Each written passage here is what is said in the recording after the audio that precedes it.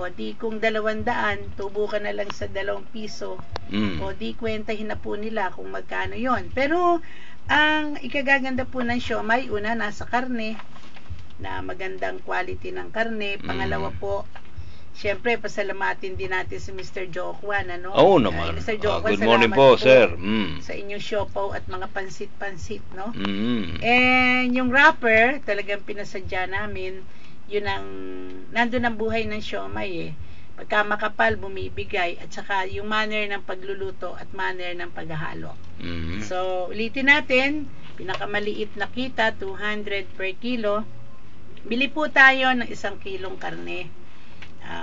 Ngayon, wag na po nating haluan ng hipon, except yung mga taga Visayas and Mindanao na sagana sa hipon. Sa Manila po, lalagay na lang natin shrimp powder, 2 teaspoons. Yan ang pinaka-bloke mo ng meat.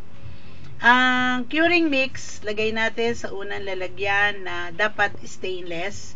Kasi we are also after health. Huwag na po tayong gagamit ng mga aluminum. Yes. Leading to Alzheimer's disease. So, salt refined, 1 tablespoon. Curing salt, 1/2 teaspoon. Phosphate, yes. 1 teaspoon. And chilled water, 1/4 cup. Ito ay pagsamasamahin, dito natin ihalo ang ating karne hanggang sa siya ay lumagkit. Uy, misis, ballpen mo, talasan mo, nang noon ay makagawa ka na. After this, ha? Okay. Maraming nakikinig, mga taga Cavite, Laguna, bagay buong Pilipinas, taga Cotabato, Tawi-Tawi, Payaw, pero pag Tawi-Tawi, chicken, ha? Wag baboy. Basta Muslim area, naman. chicken po ang gamitin nyo. Pwede pong beef. Okay. Ang sikreto ng siomai para maging magandang negosyo, paramihin natin siya. Ang nilalagay po natin, mga organic matters. Ano ba yung organic matters? Ano po yan? Yan po ay soy protein, or we call it in the generic name na TVP, textured vegetable protein. Yes. 1/4 cup. Lagyan din natin ng karajinan. Galing po yan sa seaweeds para po mabuo ang inyong siomai. 1/2 teaspoon at 1/2 cup water. Yan po ang pangalawang halo. Di magsasama yan, makita nyo magmumukha ring karne. Ang pangatlo, 3 ang principle. Sarap, bango, katas, juiciness. Sarap, bango, katas. Okay. Ito SBK. Ano yun? BK. Sarap, bango, katas. Okay. Seasonings, black pepper ground, 1/2 tablespoon. Garlic chopped finely, 2 tablespoons. Carrots shredded, 3/4 cup. Pero sa opisina, meron kami dried carrots. Hindi na kayo magtatalok. Babad nyo lang. 1/4 cup in 1/2 cup water. Young green onions, 1/4 cup. Itlog, 2 piraso.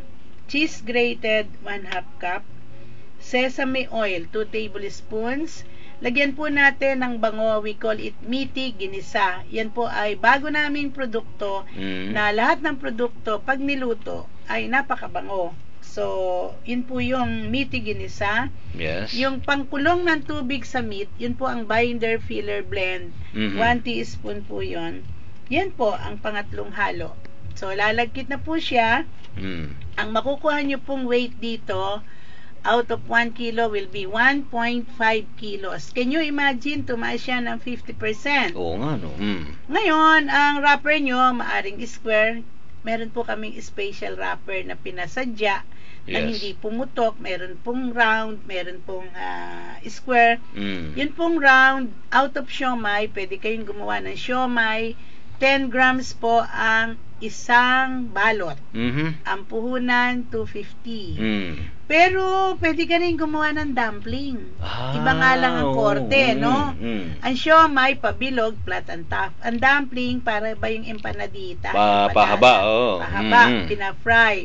Pero, para mas mukhang dumpling siya, lagyan natin, alam mo yung tengang daga? Mushroom, yes. Na itim, tad-tad, no? Lagay natin sa mixture at ang isang balot, yung ding round na lalagyan, 10 grams. Yun ho, dinidi fat fry. Pero ang siomai, ini-steam natin ng 30 minutes.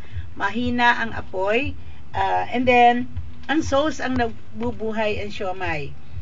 Soy sauce, 1 cup. Calamansi juice or calamansi, 6 na piraso. Sugar, 1 tablespoon. Ground black pepper, 1 teaspoon. Garlic fried, 2 tablespoons. And sesame oil, 2 tablespoons at sesame seeds. Hindi po yan niluluto. Pinaghahalo-halo lang. Yan po ang ating siomai, steaming 30 minutes. How to keep it for a long time. Pwede ho yang ilagay sa freezer, empakihin ng 10-10 lang. Ang bentahan ho kasi ngayon, maliit lang ang pakete. So, ibenta nyo ng 50 pesos ang 10. Magandang negosyo po ito. Malaking tulong na Yan, yan. malaking tulong sa mga taong naghahanap ng hanap buhay. Tandaan nyo, ingredients po sa amin din mabibili. Kompleto po kami. Wrapper. Name it, we have it. Kasi po ang office namin ay tulong talaga sa mga taong naghahanap ng pangkabuhayan. Yon ang ating siomai.